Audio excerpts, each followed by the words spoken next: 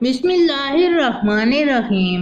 अस्सलामुअलैकुम दोस्तों। हदीस नबी सल्लल्लाहु अलैहि वसल्लम है कि हज़रत अबू सईद खुदरी रज़ी अल्लाह ताला अन्हु ने फरमाया कि रसूलुल्लाह सल्लल्लाहु अलैहि वसल्लम ने फरमाया, क़यामत के दिन अल्लाह पाक की नज़र में ऐसा शख्स बहुत बुरा होगा जो अपनी बीवी के साथ हमबिस्तर हो और उसके राज लोगों पर जाहिर करे, यानी जो बातें राज़ो न्याज की हुई हैं या अफ़आलो हरकत उसने की हैं उनको बयान करता फिरे। मियाँ बीवी के दरमियान हमबिस्तरी से मुताल्लिक़ बातों को अफ़शा करने की मुमानियत है, जैसा कि अबू सईद खुदरी रज़ी अल्लाह ताला अन्हु कहते हैं कि रसूलुल्लाह सल्लल्लाहु अलैहि वसल्लम ने फरमाया, रोज़े क़यामत अल्लाह ताला के पास बदतरीन मकाम उस शख्स का होगा जो अपनी बीवी के साथ खिलवत इख्तियार करे और बीवी अपने खामन के साथ खिलवत अपनाए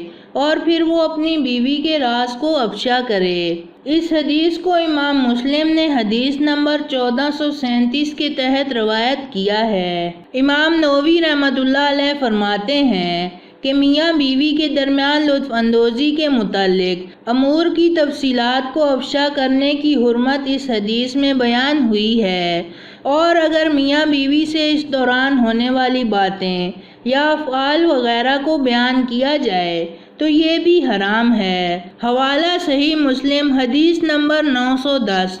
तो दोस्तों, ये थी हमारी आज की वीडियो। पसंद आने की सूरत में लाइक करें और अपने दोस्तों के साथ शेयर करें, और मज़ीद ऐसी वीडियोस देखने के लिए हमारा चैनल सब्सक्राइब करते हुए साथ मौजूद घंटी का बटन भी दबा दें। शुक्रिया।